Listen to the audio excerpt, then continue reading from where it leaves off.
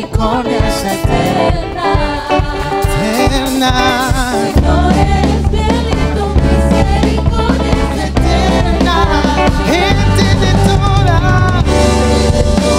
lengua y nación, de generación, generación, te adoramos hoy. Aleluya, Aleluya. te adoramos hoy. Eres Señor.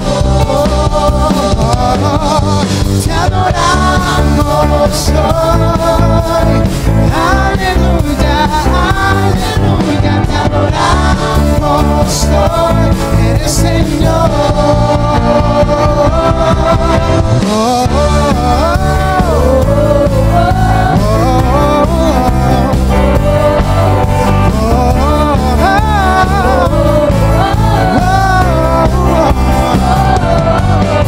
Señor, eres fiel y tu Misericordia es eterna, eterna.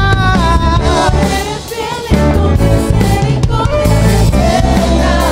Gente de toda lengua y nación, generación a generación, te adoramos hoy. Aleluya, aleluya, te adoramos hoy. Eres Señor, te adoramos hoy. Aleluya, aleluya, te adoramos hoy. Eres Señor.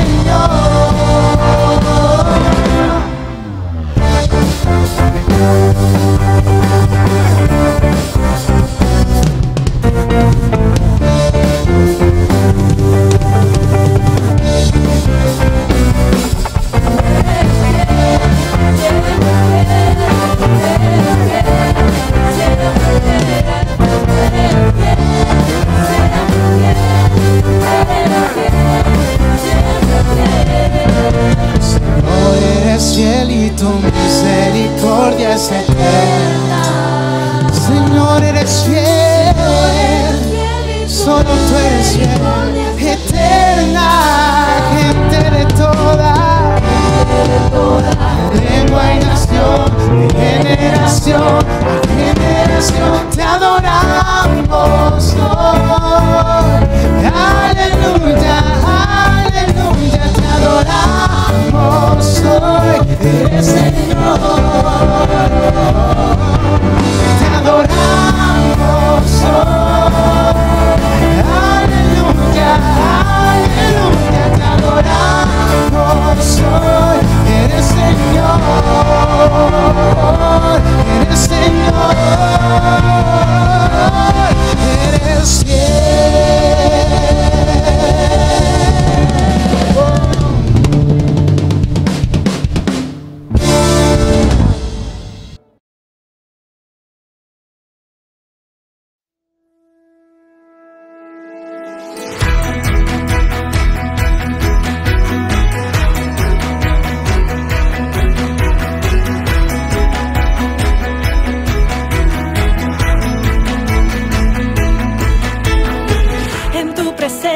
danzamos libres, cúbrenos en tu luz de amor, llévanos mucho más profundo, pues somos hijos del gran yo soy. Oh Dios, siempre con nosotros, susurrando restauración, haz de nuestro ser tu morada, tuyo somos, tu iglesia clama hoy, abre los cielos con poder, enaltecido eres Dios, rompe tinieblas, brilla en gloria. Oh, oh, oh.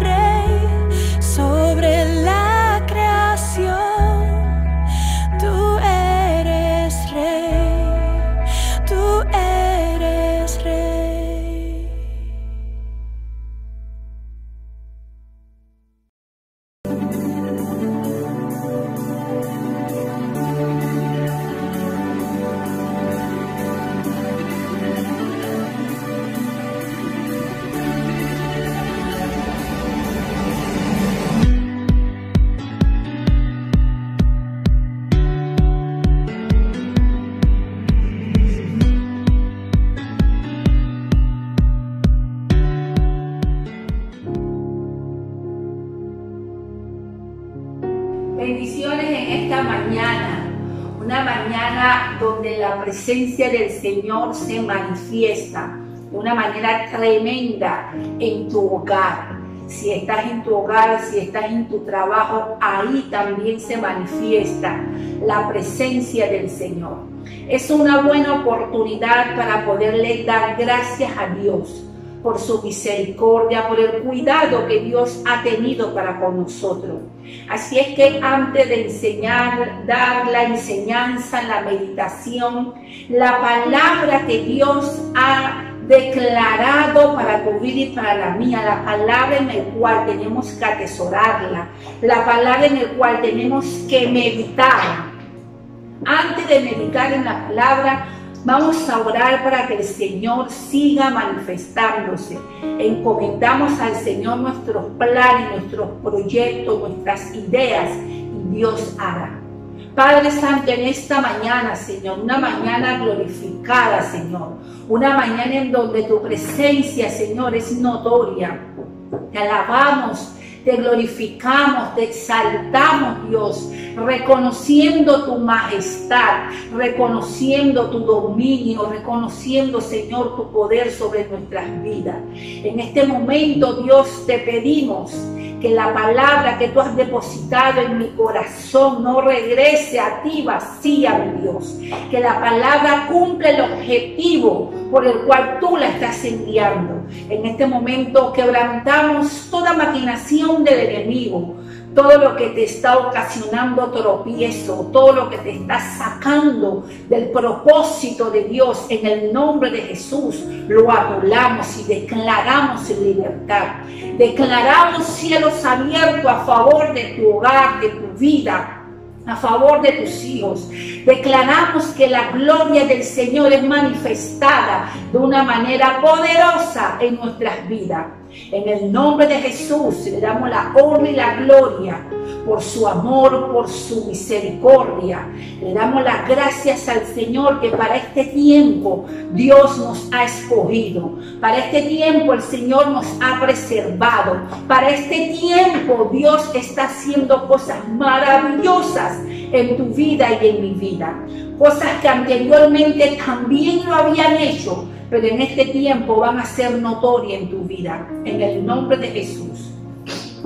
Ahora sí vamos a estar buscando la palabra del Señor, y esta palabra que tenemos hoy es una recopilación de las 7 cartas que fueron mandadas a la iglesia, a petición del público, a petición de muchas personas. Hemos sacado un extracto de cada una de las cartas, pidiéndole al Señor que sea Dios que haga su obra manifestada en tu vida, para que haya evidencia del poder de Dios en nuestras vidas. Así es que vamos a empezar pidiéndole al Señor que podamos explicar brevemente cada una y que podamos atesorarla. En el nombre del Padre, del Hijo y del Espíritu Santo. Vamos a estar buscando Apocalipsis. Recordemos que estamos hablando sobre Apocalipsis, sobre las 7 cartas. Apocalipsis capítulo 1, versículo 9 en adelante nos dice: Yo, Juan, vuestro hermano y copartícipe vuestro en la tribulación, en el reino y en la paciencia de Jesucristo, estaba en la isla llamada Pasmo, por causa de la palabra de Dios y el testimonio de Jesucristo. Yo estaba en el Espíritu en el día del Señor, y oí detrás de mí una gran voz como de trompeta, que decía: Yo soy el Alfa y la Omega, el primero y el último. Escribe en un libro lo que ves y envíalo a las 7 iglesias que están en Asia: a Éfeso, Esmirna, Pérgamo, Tiatira, Sardis, Filadelfia y Laodicea. Y me volví para ver la voz que hablaba conmigo, y vuelto vi 7 candeleros de oro, y en medio de los 7 candeleros a uno semejante al Hijo del Hombre, vestido de una ropa que llegaba hasta los pies y ceñido por el pecho con un cinto de oro. Su cabeza y sus cabellos eran blancos como blanca lana, como nieve, sus ojos como llama de fuego, y sus pies semejante al bronce bruñido, refulgente como en un horno, y su voz como estruendo de muchas aguas. Tenía en su diestra 7 estrellas, de su boca salió una espada aguda de 2 filos, y su rostro era como el sol cuando resplandece en su fuerza. Cuando le vi, caí como muerto a sus pies, y él puso su diestra sobre mí, diciéndome: no temas, yo soy el primero y el último, y el que vivo y estuve muerto, mas he aquí vivo por los siglos de los siglos. Amén. Y tengo las llaves de la muerte y del Hades. Escribe las cosas que has visto, y las que son, y las que han de ser después de estas. El misterio de las 7 estrellas que has visto en mi diestra, y de los 7 candeleros de oro. Las 7 estrellas son los ángeles de las 7 iglesias, y los 7 candeleros que has visto son las 7 iglesias. Gloria a Dios, porque estudiando estas cartas, estos mensajes, podemos ver la manifestación gloriosa de Dios, podemos ver el poder, la autoridad, el dominio, la majestad de Jesucristo. Y voy a hacer un resumen breve. Juan, el apóstol amado de Jesús de Nazaret, estaba preso en la isla de Pasmo. Podíamos explicar anteriormente de que Pasmo representa o significa separación. Pasmo se encontraba en un lugar bien apartado y distante. Prácticamente los que han tenido conocimiento de la isla de Coiba, cuando se enviaban a los presos en aquellos tiempos aquí en Panamá, así más o menos era Pasmo. Era un lugar apartado, un lugar solitario, era una isla en donde solamente estaba la cárcel, en donde se mandaban a los presos a quedarse allá. Ni modo que fueran a pasear, sino a quedar preso allá. Y vemos de que Pasmo significa separación. Y este es un tiempo en el cual el Señor nos está encomendando. Este es un tiempo en donde Dios nos está hablando de que tú y yo necesitamos separarnos de la mucha bulla, separarnos de mucho Facebook, separarnos de mucho Instagram, separarnos de mucho chatear y buscar más la presencia del Señor. En la antigüedad, cuando empecé a hablarles sobre las 7 cartas, una de las cosas que señalé, que en la antigüedad las personas cristianas, los creyentes, los seguidores de Cristo, se reunían cada año, comenzando el año.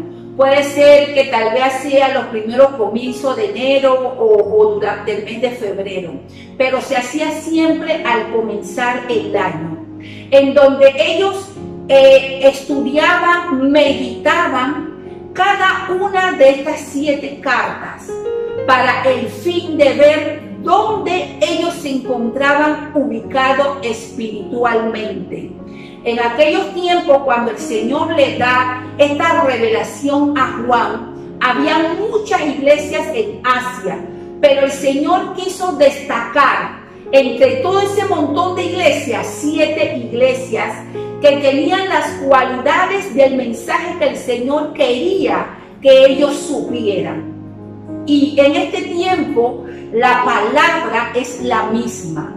Dios es el mismo de ayer, hoy y siempre. Cielo y tierra pasará, pero su palabra no pasará. Y este mensaje no solamente era para la gente de Éfeso, no solamente era para la gente de Pérgamo, no solamente era para la gente de Esmirna, ni de la Odisea, ni de Sardis, ni de Filadelfia, sino que este mensaje también es para nosotros, para este tiempo. Por eso que en la antigüedad los creyentes, los cristianos se reunían y comenzaban a estudiar cada carta y veían dónde ellos espiritualmente se estaban ubicados, a qué ruta ellos iban a conducir, qué era lo que ellos tenían que cambiar en su vida, cuáles eran las características en las cuales ellos se podían identificar con algunas de esta iglesia.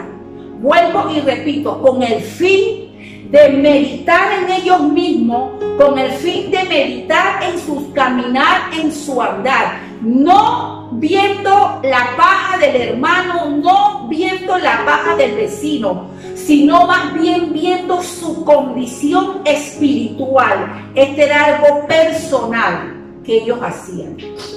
Y me llama mucho la atención, porque cuando Juan estaba en la isla de Pasmo, cuando Juan tiene esta manifestación, esta visitación de Jesucristo de Nazaret, cuando Jesús se le presenta, se le revela a Juan, la palabra nos dice que Juan estaba en el Espíritu. O sea, la circunstancia en la cual Juan estaba viviendo en aquellos tiempos, una circunstancia dura, difícil, en donde lo habían separado, en donde lo habían llevado a una cárcel lejana de sus familiares.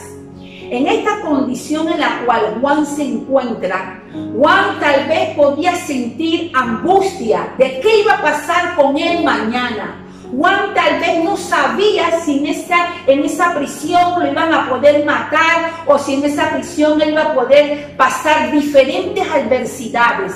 Juan estuvo prácticamente preso 1 año y medio.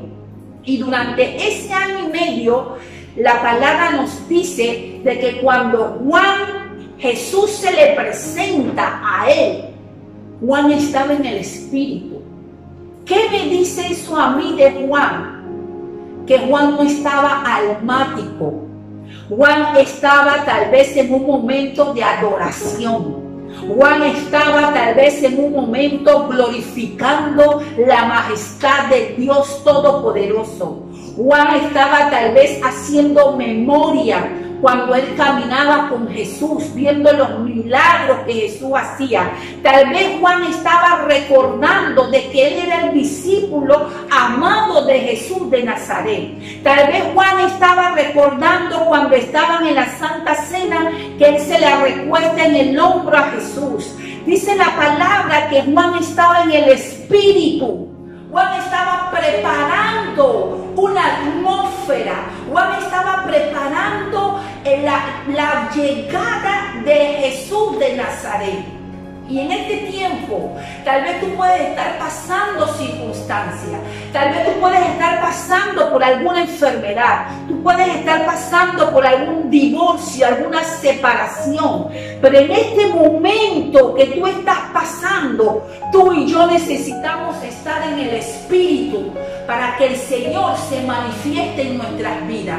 Por medio de nuestra alma, Dios no se va a manifestar. Va a ser por medio del Espíritu. Y en medio tal vez de ese encarcelamiento, en medio tal vez de ese aislamiento que Juan tenía, Juan no perdió su intimidad con el Señor. Juan supo preparar la atmósfera. Juan supo preparar una atmósfera de adoración para poder que la presencia del Señor descendiera a donde él estaba. No dice que Juan estaba en el alma, dice que Juan estaba en el Espíritu, porque el Señor está buscando hombres y mujeres que lo adoren en espíritu y en verdad. Jesús jamás se va a revelar a tu alma, Jesús jamás se va a revelar a tus emociones, Él se va a revelar a tu espíritu. Por eso yo le pido al Señor en este día, por medio de este mensaje, de que la palabra, la continuación, tal vez los puntos que vamos a tocar de cada iglesia pueda quedar penetrado en tu espíritu, no en tu corazón. ¿Por qué te digo no en tu corazón?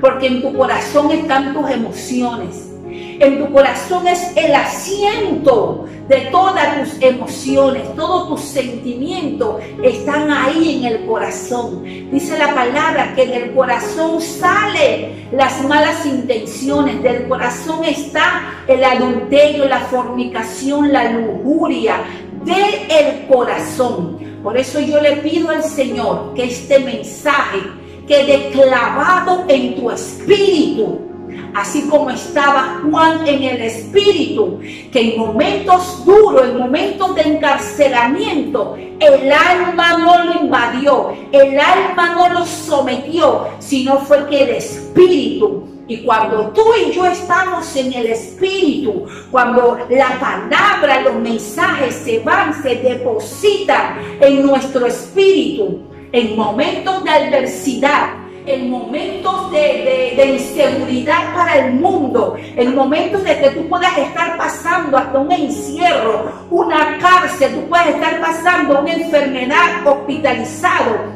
En ese momento, cuando tú eres un hombre y una mujer en el espíritu, eso no te puede paralizar, eso no te puede detener, eso no va a hacer que tú no veas la gloria de Dios, porque tú sabes que la manera de que Dios se va a manifestar a tu vida va a ser por medio del Espíritu. Y es allí donde tú vas a conseguir esa fuerza, es allí donde tú vas a conseguir esa palabra, esa promesa que va a quedar arraigada, de que en los momentos nublados el Espíritu mismo va a dar convicción a tu espíritu de la promesa de Dios. Así es que vamos a dar inicio pidiéndole al Señor de que la palabra quede arraigada en tu espíritu, de que la palabra quede depositada ahí en tu espíritu, de que sea una semilla que hoy es sembrada en tu espíritu, sabiendo que esa semilla va a producir fruto. Gloria a Dios. Vamos a empezar brevemente con la primera iglesia. ¿Por qué estoy haciendo este resumen de todas las iglesias? Porque conversando con una hermana y conversando con mi esposo, me decían de que yo tenía que sacar, porque tal vez muchas personas no han escuchado alguna de las 7 cartas, algunos de los 7 mensajes. Y si yo hacía un resumen de las 7 iglesias, podían entender qué era lo que yo estaba hablando. Así es que por eso que me puse a estudiar, a sacar solamente el extracto de cada una, para que si usted no ha podido escucharla, váyase a la página de Resplandece y ahí busque las 7 cartas que están. Pero hoy vamos a hacer ese resumen. Vamos a estar hablando primero sobre la iglesia de Éfeso. Había una queja. Hoy voy a estar recalcando las quejas de cada iglesia. La queja que el Señor le decía a Juan que escribiera. Recordemos de que este mensaje, el Padre Celestial se lo da a Jesús de Nazaret. Y Jesús se lo revela a Juan para que lo escribiera y lo llevara, fuera mandado a las 7 iglesias. Fue un mensaje directo del Padre Celestial a Jesús de Nazaret, y Jesús se lo revela a Juan. Y cuando Jesús le da esta revelación a Juan, le dice: escribe lo que oyes y lo que ves, para que se lo mandes a las iglesias. Y vamos a empezar con la iglesia de Éfeso. En Éfeso había una queja de parte de Jesucristo, de parte de Dios para la iglesia. Este mensaje que yo estoy hablando hoy no es un mensaje para la vecina que no conoce a Cristo. Este mensaje no es un mensaje para mi familia que no conoce a Cristo. Este mensaje es exclusivamente para la iglesia. No es para la persona que no conoce a Cristo. Este mensaje que el Señor le estaba mandando a las 7 iglesias era para la iglesia. Así que esta palabra es para ti y esta palabra es para mí.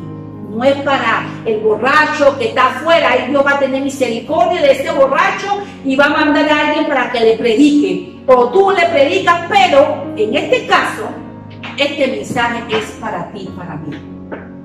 Porque somos rápidos en decir: este mensaje es para fulana, este mensaje es para peretana, este mensaje es para mi vecina, pero no decimos: este mensaje es para mí. Así que hoy declaramos que este mensaje es para ti y es para mí. Que somos la iglesia triunfante en este tiempo. El mensaje a la iglesia de Éfeso, había una queja. ¿Cuál era la queja de la iglesia de Éfeso? Dice la palabra que habían perdido su primer amor. Nos dice: yo conozco tus obras.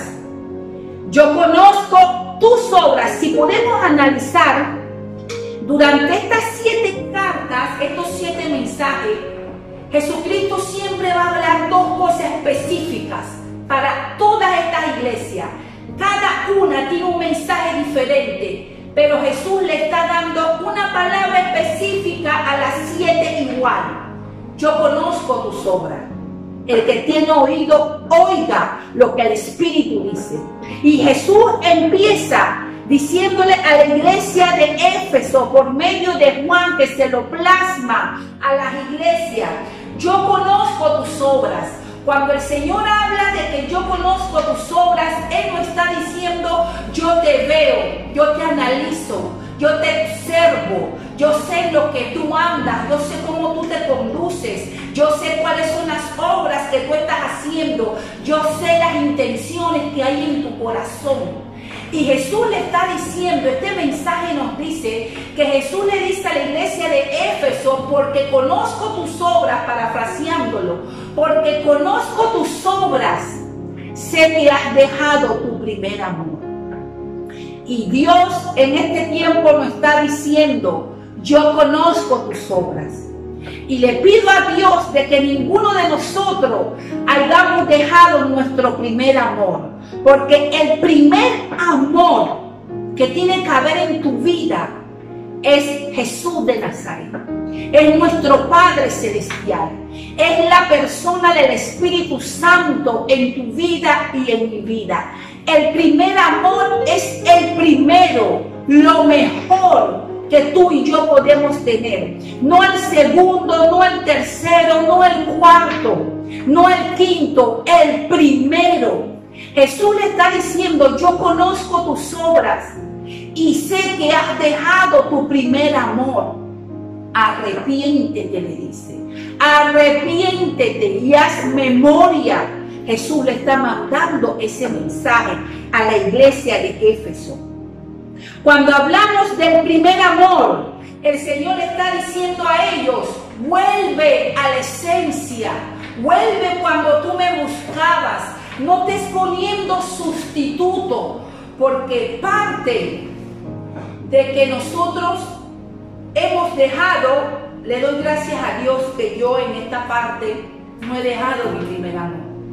Le doy gracias a Dios porque vivo agradecida y le pido al Señor que siempre me mantenga en eso, viviendo agradecida, amándolo sobre todas las cosas, amándolo con mi fuerza, con mi mente, con mi corazón. Cuando tú amas al Señor con toda tu fuerza, con toda tu mente, con todo tu ser, no hay sustituto. Tú no pones a Dios en segundo plano. Tú no pones a Dios en un tercer plano, porque Él es el primero. Él es lo mejor que tú puedes tener. Y en este tiempo, quita los sustitutos. Destrona todo lo que te ha apartado de tu primer amor. Y entrona a Jesús de Nazaret. ¿Qué puede ser un sustituto? Puede ser tu esposo, puede ser tus hijos, puede ser los bienes, la riqueza, lo material. Puedes amarlo más a ellos que a Dios Todopoderoso. Y a Dios se le ama con todo. Y podemos seguir hablando sobre la iglesia de Éfeso, pero recordemos de que solamente voy a enfocarme en las quejas que el Señor les daba a Juan para que se las revelara a la iglesia, que nos sirven en este tiempo para que tú y yo analicemos si es que hemos perdido nuestro primer amor, si es que tú y yo podemos amar al Señor con toda nuestra fuerza. Y una de las cosas que tú te das cuenta que tú amas al Señor sobre todo lo que tú puedas tener es el nivel de obediencia que tú tienes para con Él. En tu nivel de obediencia tú verás qué tanto tú amas al Señor. No te apartes de las cosas del amor de Dios. Vuélvete a Él. Vuelve a la esencia que es el amor en Cristo. Aparta todo lo sustituto. Destrona todo lo que tienes que destronar. Y posiciona a tu primer amor, que es Jesús de Nazaret, en tu vida. Seguimos con la segunda carta, que es una carta que se le manda a la iglesia de Esmirna. El Señor en Esmirna no encuentra queja alguna. Esmirna era la iglesia más sufrida, más perseguida, y también era la iglesia más pobre. Y cuando vemos en este caso la iglesia de Esmirna, una de las cosas, una de las características que esta iglesia tenía es que ellos eran fieles. Ellos eran una persona que ellos no habían doblado su rodilla. ¿Por qué la iglesia era una iglesia pobre económicamente? Porque para tú poder trabajar en Esmirna, para tú poder comprar las cosas que tenías que comprar, tú tenías que pertenecer al grupo del pueblo, y ese grupo era pura adoración a los Baales. Para tú poder ser un comerciante, para tú poder poner un negocio, para tú poder subsistir, tú tenías que pertenecer a uno de estos grupos en donde adoraban a sus Baales, en donde adoraban a sus dioses. Y como la iglesia de Esmirna no adoraba a esos Baales, a esos dioses de ellos no tenían tanta oportunidad de poder emprender un negocio, y por eso que era una iglesia pobre. Pero el Señor le dice a Esmirna: yo sé que tú eres pobre económicamente, pero en mí tú eres rico, tú eres rica. Dios le estaba diciendo, Jesús le estaba revelando a Juan que la condición que ellos tenían era una condición de pobre, una condición de pobreza. Pero en esa condición el Señor lo iba a posicionar a una posición de rico. En mí tú eres rico. Tal vez tú no tienes el dinero, tal vez tú no tienes los lujos que tienen los otros. Por eso eran señal de burla, porque les escaseaba muchas cosas terrenal, material. Pero la presencia del Señor no les escaseaba. La presencia del Señor estaba permanente en ellos. Por eso el Señor le decía: ustedes son pobres, pero son ricos. Dios le estaba dando paz, Dios le estaba dando sabiduría, Dios le estaba dando conocimiento, porque la verdadera riqueza no son los bienes. Los bienes, hoy tú puedes ser rico económicamente y mañana ser pobre. La riqueza que Jesús le estaba hablando a ellos era una riqueza que nada ni nadie le podía robar a ellos, ni desbaratar. Era esa paz, era ese amor, era ese gozo, era esa sabiduría, esa revelación, esos dones del Espíritu Santo, esa manifestación gloriosa de la presencia de Dios. Y con eso ellos eran ricos. Eran una iglesia perseguida, porque ellos se mantenían adorando a Jesús de Nazaret. Y termino con la iglesia de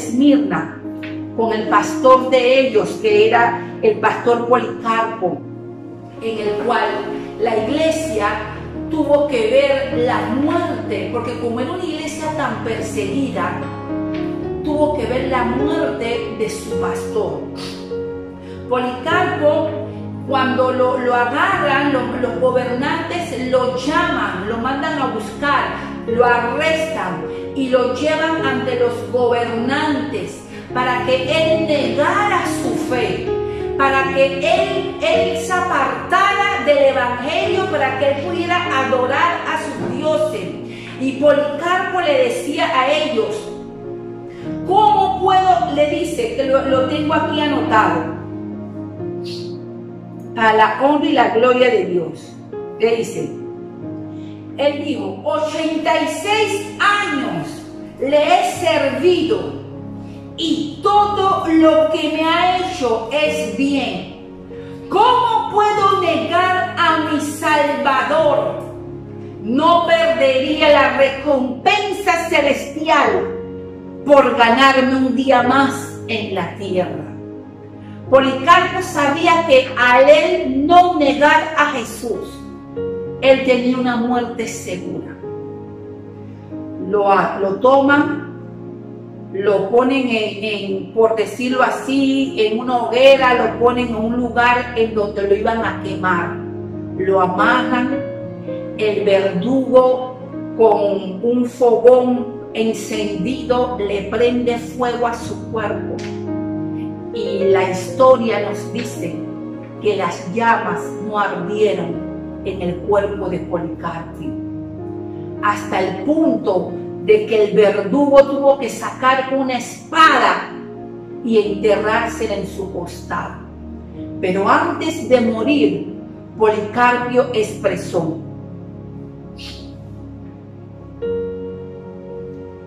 te doy gracias que en tu gracia tú has pensado en mí. Estas fueron las últimas palabras de Policarpo. Te doy gracias que en tu gracia tú has pensado en mí. ¿Cómo yo le pido al Señor de que en este tiempo el Señor levante hombres y mujeres con la cualidad, la característica de Policarpo? Fue fiel hasta la muerte. Se mantuvo diciendo: durante estos 86 años, todo el Señor me ha sido para mí. ¿Cómo yo podré negar a mi Salvador, a mi Dios? ¿Cuántas veces tú y yo negamos al Espíritu Santo? ¿Cuántas veces tú y yo negamos a Jesús de Nazaret a diario? ¿Cuántas veces lo negamos en nuestras actitudes, en nuestro comportamiento? ¿Cuántas veces nosotros negamos a Jesús, que ya se nos ha hecho costumbre en nuestras vidas? Este hombre prefirió decir: yo muero, pero muero creyendo. Aunque prefiero morir y no quedarme tanto tiempo en tierra y no teniendo a Cristo. Prefiero morir porque sé que me espera la corona de la vida. Necesitamos que en este tiempo se levanten esos Policarpos que son fieles a Dios, son fieles al Señor, son fieles a la presencia del Espíritu Santo, son fieles a su llamado, son fieles a la obra.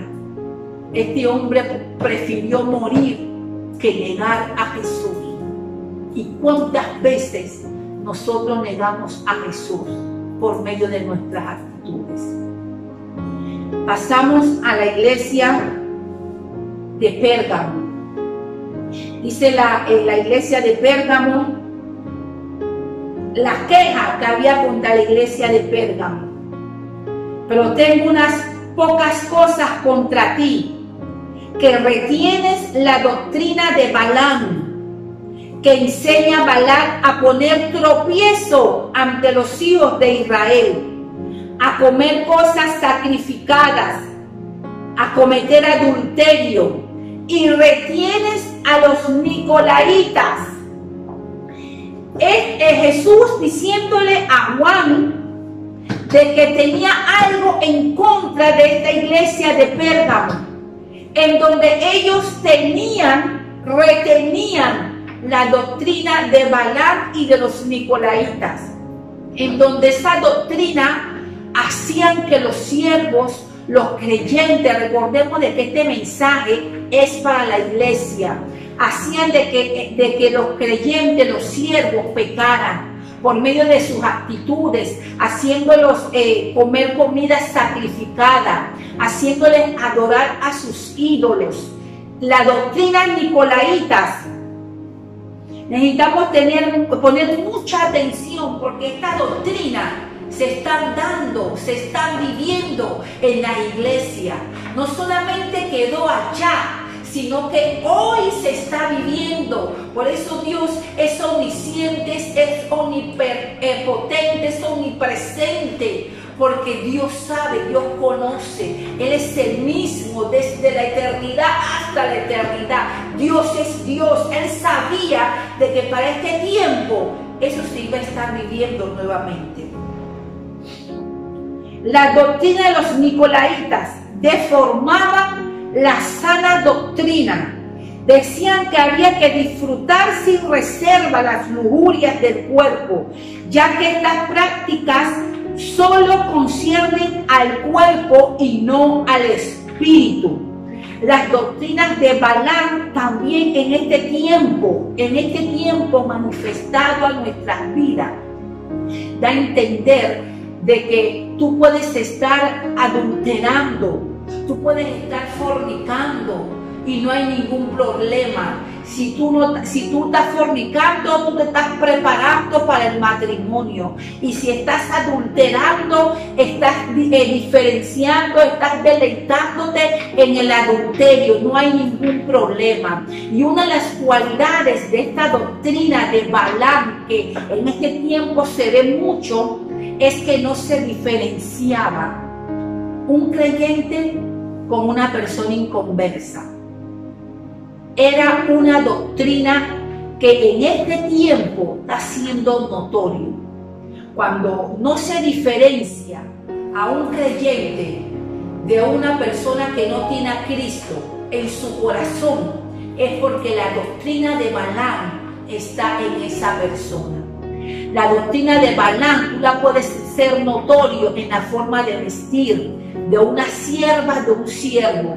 Y si tú ves de que no hay diferencia entre la forma de vestir de una persona que no tiene a Cristo en su corazón a una persona que tiene a Cristo en su corazón, que camina con Cristo, si tú ves que no hay diferencia, es porque esa persona tiene la doctrina de Balaam que el Señor aborrecía.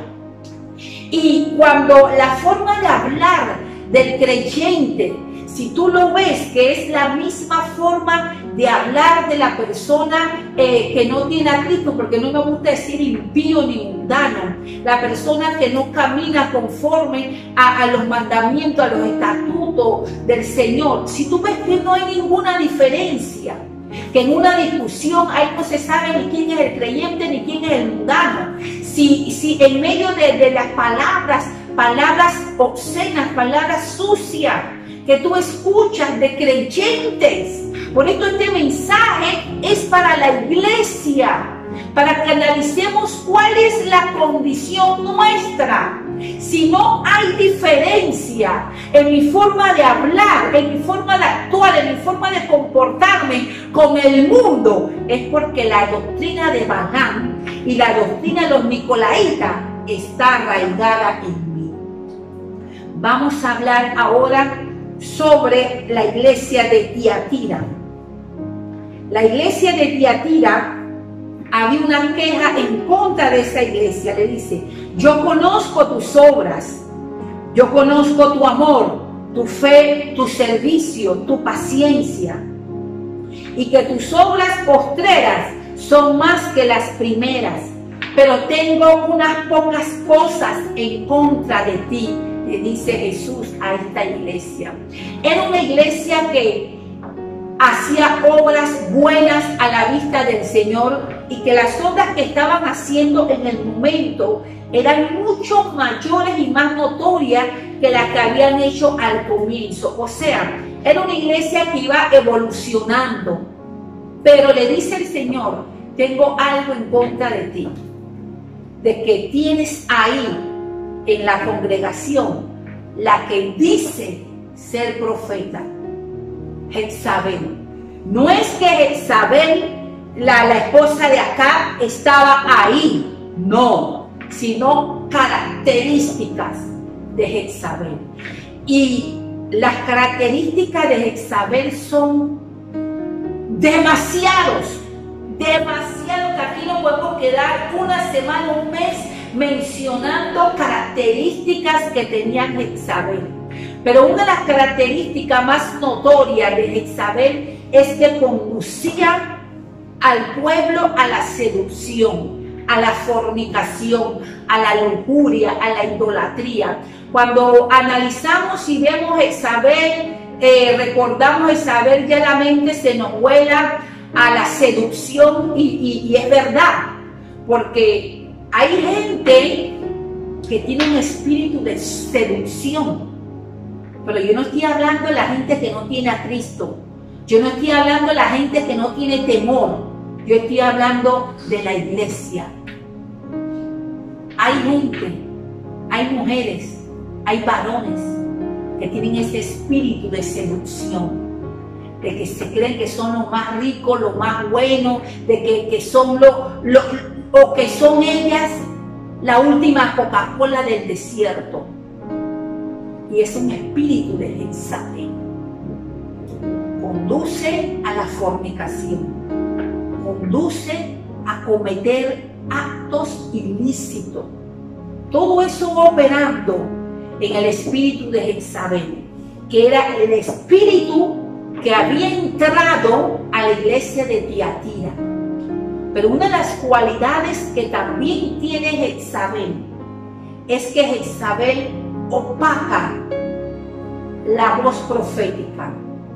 Jezabel opaca, Jezabel quita el brillo de los líderes, de las autoridades.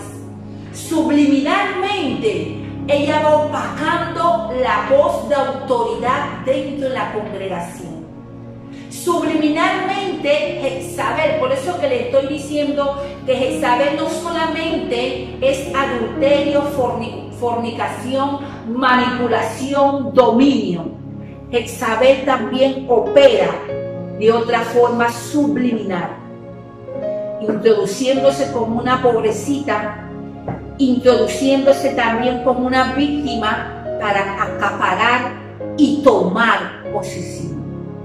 Una de las características fundamentales de Jezabel, vuelvo y repito, que le gusta apagar la voz profética, opacar la imagen profética. Tenemos que tener mucho cuidado en esto.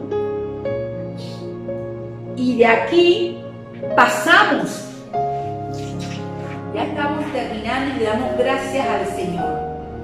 De aquí pasamos a la iglesia de Sardis.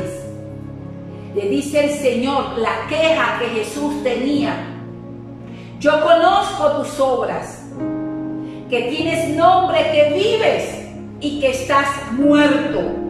Sé vigilante y afirma las otras cosas que están por morir, porque no he hallado tus obras perfectas delante de mí. Esto sí está fuerte. Esto sí está fuerte porque la iglesia de Sardis era una iglesia en el cual la gente, los líderes, los servidores, el miembro de la iglesia, el anciano, el pastor, tal vez no creo que el pastor, hacían el trabajo para que los hombres lo vieran, pero no para que Dios lo viera. Por eso el Señor le dice a la iglesia de Sardis: yo he visto tus obras, yo conozco tus obras y tus obras no me agradan, porque lo estás haciendo para que el hombre te vea. Haces ver de que estás viva, de que estás vivo, pero estás muerto.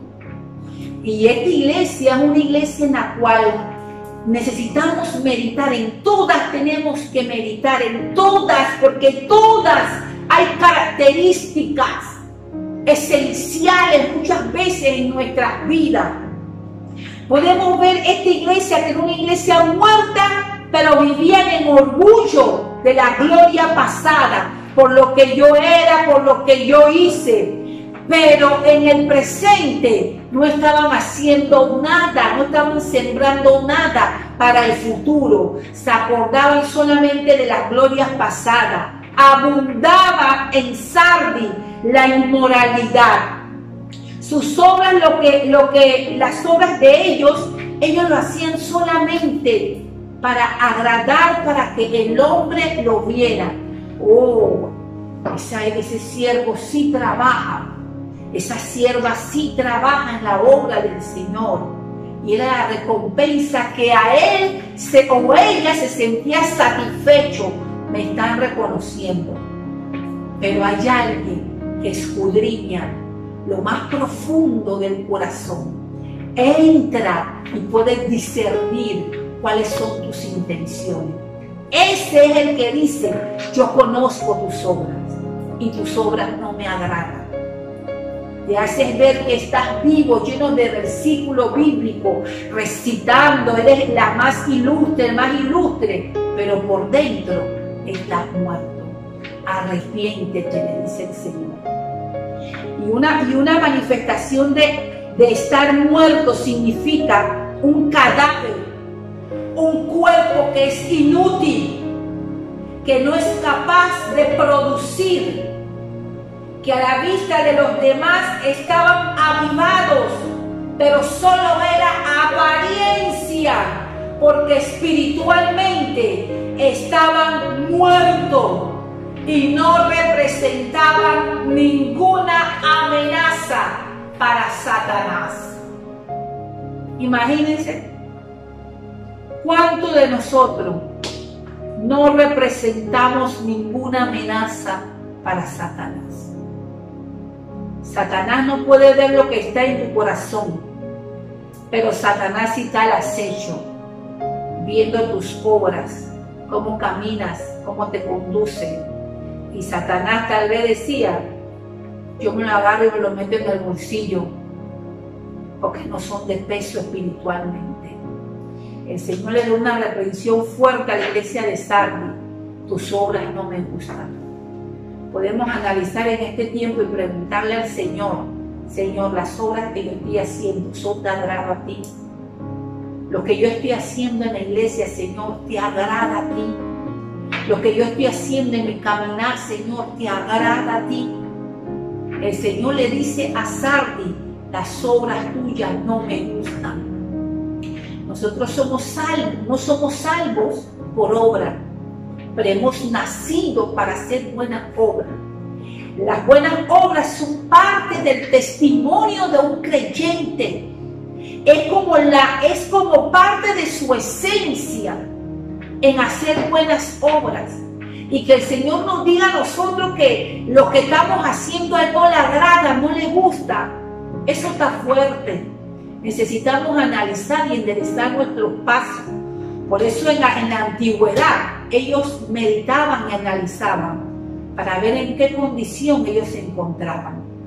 Y ahí pasamos a la iglesia de Filadelfia, en donde en la iglesia de Esmirna y la iglesia de Filadelfia son las dos únicas iglesias en las cuales el Señor no encuentra queja alguna.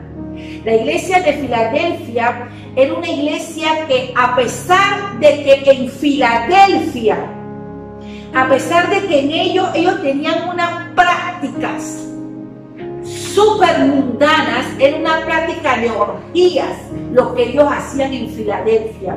A pesar de toda esa corrupción que había ahí, había un pueblo fiel.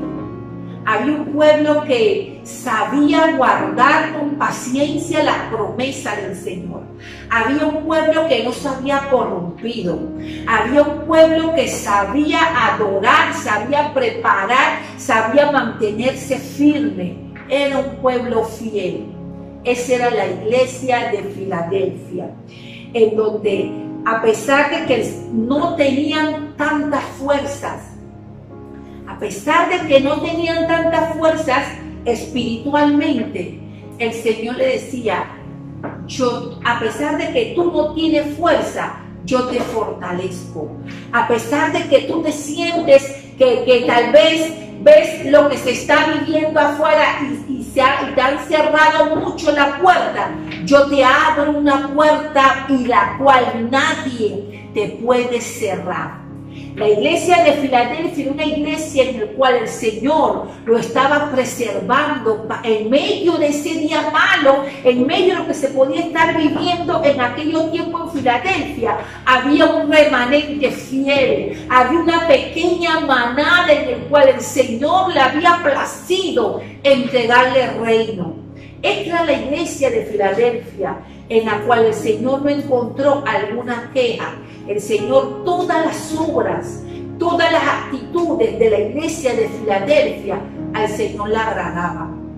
Le pido al Señor de que nosotros tengamos muchas características de esta iglesia de Filadelfia, de que todas nuestras obras sean de agrado para el Señor, de que el Señor no tenga quejas sobre nosotros, de que el Señor no tenga reproches sobre nosotros, porque todo lo que hacemos, lo hacemos con amor para la obra de Él.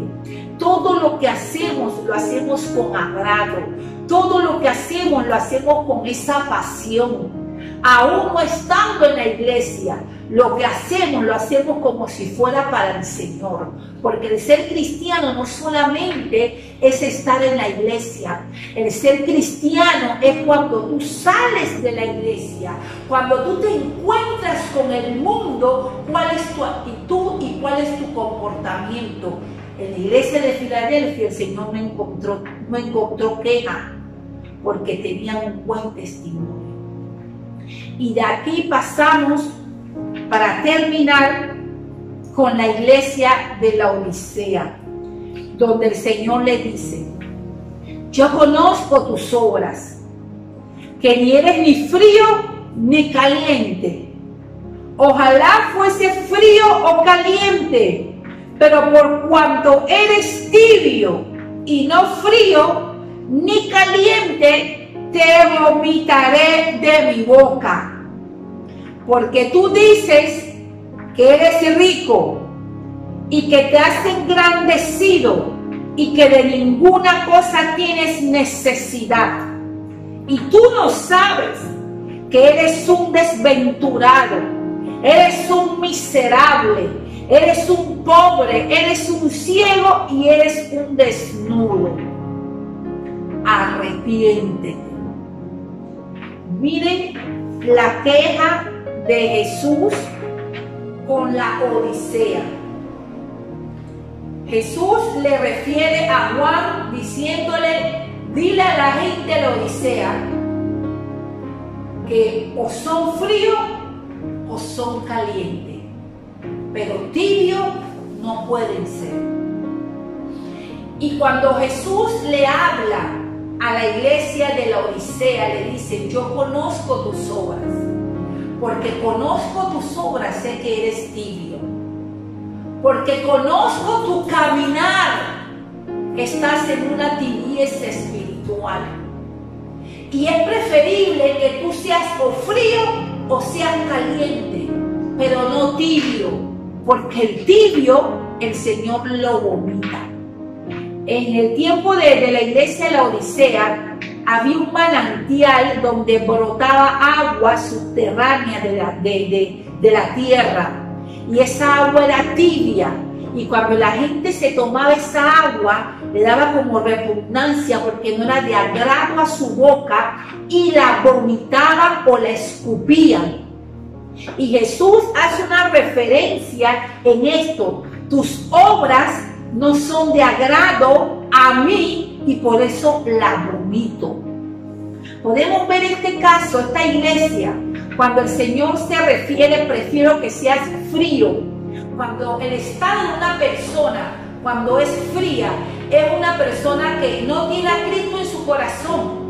Pero tú le puedes hablar a esa persona y esa persona se puede convertir y aceptar a Jesús y caminar con Jesús.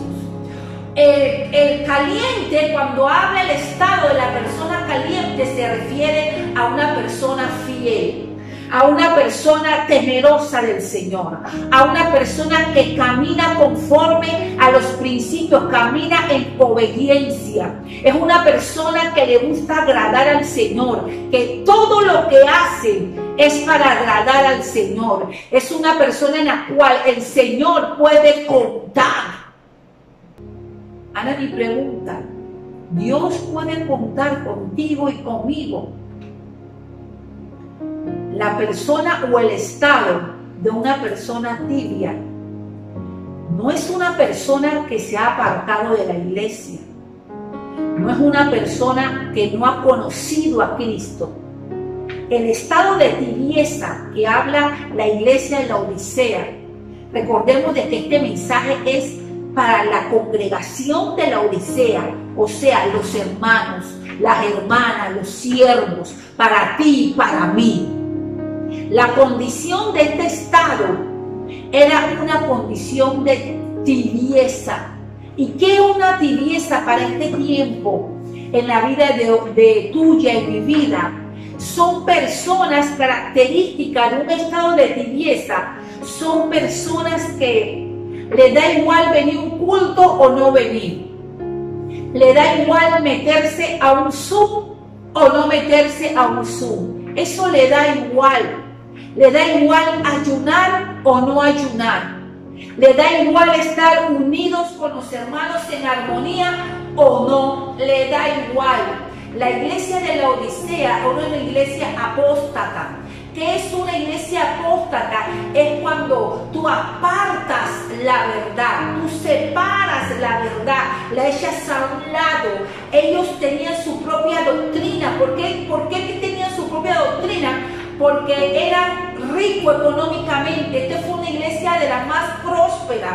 Y ellos pensaban que con su riqueza ellos podían lograrlo todo. Ellos no tenían necesidad divina para ellos. Porque con la riqueza que ellos tenían, ellos se sentían complacidos. Y vemos cuando se habla de la tibieza, hay dos clases de personas en esta etapa de tibieza. La persona que tiene dinero es una persona que cuando tú estás en esta condición de tibieza y tienes recursos, tienes dinero, te vuelves orgulloso, te vuelves materialista, te vuelves de que todo lo que tú has alcanzado, lo has alcanzado por tus manos, por tus riquezas. No busca un asesoramiento espiritual, no busca un consejo divino, no busca de la presencia del Espíritu Santo porque la ha apartado. Podemos ver el caso del joven rico. El joven rico se le acerca a Jesús y le dice: Señor, ¿qué tengo que hacer para heredar la vida eterna? El Señor le dice: ¿cumples con todos los mandamientos? Sí, Señor, desde mi juventud. Entonces, ten tus bienes, que eran muchos, repártese a los pobres y vienes y me sigues. Fue una de las pocas personas que Jesús le dice: sígueme. A otro le decía: vaya a su casa y cuente las maravillas que yo he hecho. A este le dice: ven, deja todo lo que tienes, repártelo, entrégalo y sígueme. Y cuando el Señor le dijo eso, hasta ahí llegó la gana de servir y de seguir a Jesús de Nazaret. Porque él amaba más sus bienes, amaba más su riqueza. O sea, él era, a pesar de que según él había cumplido todos sus mandamientos, cumplía todo desde su juventud, estaba en un estado de tibieza porque amó más al dinero. Se fue no pudo seguir a Jesús. Él no sabía lo que le esperaba, él no sabía que él iba a formar parte de los 12 apóstoles que iban a seguir a Jesús. Él no sabía eso. Y hay muchas cosas en las cuales tú y yo no sabemos, pero el Señor ya lo sabe, lo tiene preparado para tu vida. Por eso yo te digo que la forma de tú saber qué tanto tú amas al Señor está en tu nivel de obediencia.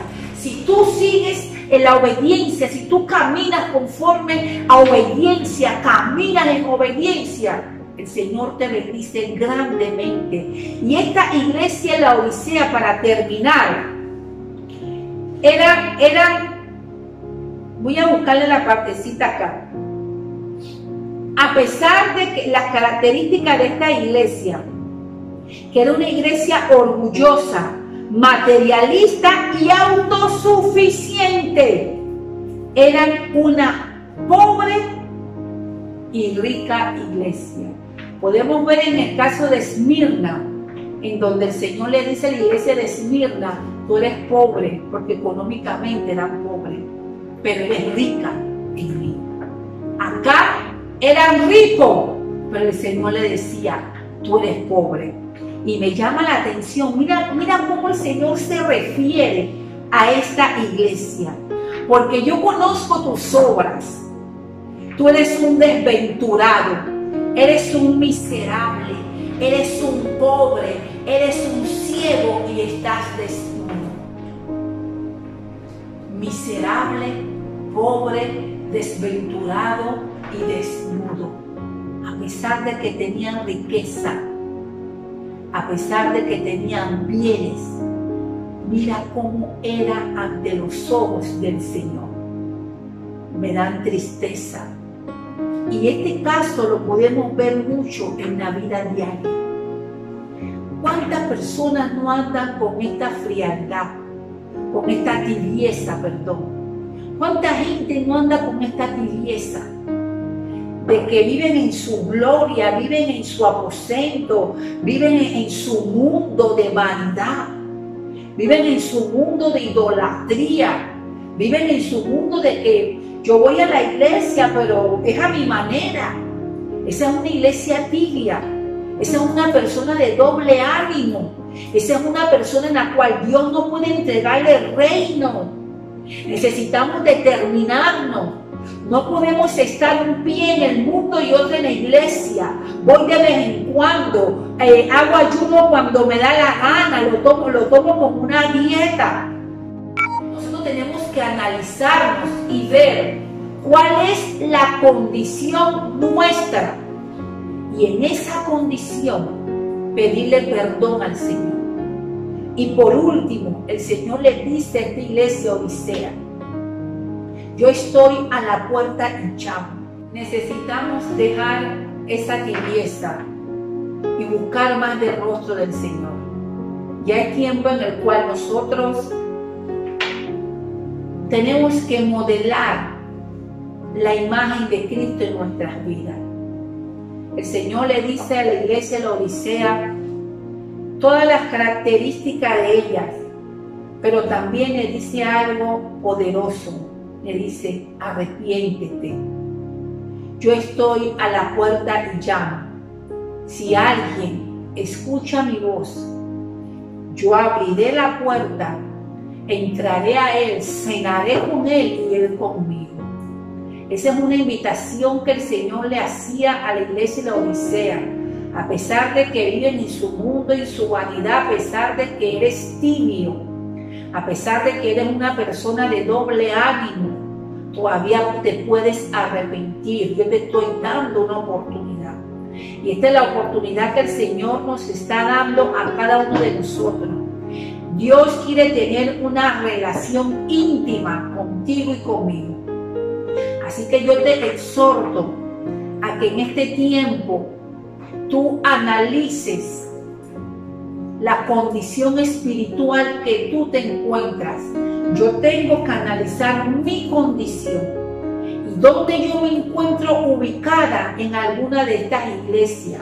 ¿Cuáles son las características que yo tengo que reflejo en alguna de estas iglesias? Esto es lo que hacía el pueblo en la antigüedad, para ver dónde ellos se encontraban ubicados comenzando el año, para arreglar su vida, para enderezar sus pasos por medio de la guianza del Espíritu Santo. Así que yo te exhorto para que tú analices si tú eres característica de la iglesia de Éfeso, de Sardis, de Tiatira, de Filadelfia, la Odisea, de Esmirna. Si tú te relacionas con alguna de estas iglesias, mira cuál es la posición para que podamos enderezarnos, para que podamos arrepentirnos, para que podamos servirle al Señor con todo nuestro corazón, con toda nuestra fuerza, para que el Señor se agrade de nuestras vidas y nuestras obras sean buenas ante los ojos del Señor. Así como hubo quejas para cada una de las iglesias, también hay recompensa. Y así como hoy tal vez tú te puedes identificar en alguna queja, también si tú y yo nos arrepentimos, hay recompensa para nuestras vidas. Y para concluir, la recompensa que había para la iglesia de Pérgamo: al que venciere le daré a comer del maná y una piedrecita blanca. A la iglesia de Esmirna: sé fiel hasta la muerte y te daré la corona de la vida. Para la iglesia de Sardis, el Señor le estaba dando vestiduras blancas y no borraría su nombre del libro de la vida. Para la iglesia de Filadelfia lo haría columna en el templo. Para la iglesia de Odisea le decía: te vas a sentar conmigo en mi trono, así como yo me he sentado con mi Padre. Y para la iglesia de Éfeso lo haría comer del árbol de la vida. Así como había quejas, también hay recompensas para la iglesia de aquellos tiempos y para esta iglesia en este tiempo, que eres tú y que soy yo. Que cada palabra, cada mensaje que se ha estado dando durante todo este tiempo, le pido al Espíritu Santo que sea guardado en tu espíritu, para que en un momento determinado tú puedas hacer memoria de lo que hoy tú has estado escuchando y ponerlo por práctica. Que Dios te bendiga, que Dios te guarde, que en la presencia del Señor guíe tus pasos, que el Espíritu Santo nos dé convicción a nuestro espíritu, que el Espíritu Santo pueda redarguirnos y hacernos entender cuál es nuestra condición y a qué rumbo yo voy a ir. Que el Espíritu Santo te bendiga, que el Espíritu Santo te llene, que el Espíritu Santo sea el que te conduzca, el que guíe y que te dé fortaleza. Que Dios te bendiga, que Dios te guarde y recuerda, el que tiene oído, oiga lo que el Señor ha estado hablando a la iglesia. Dios te bendiga. Yo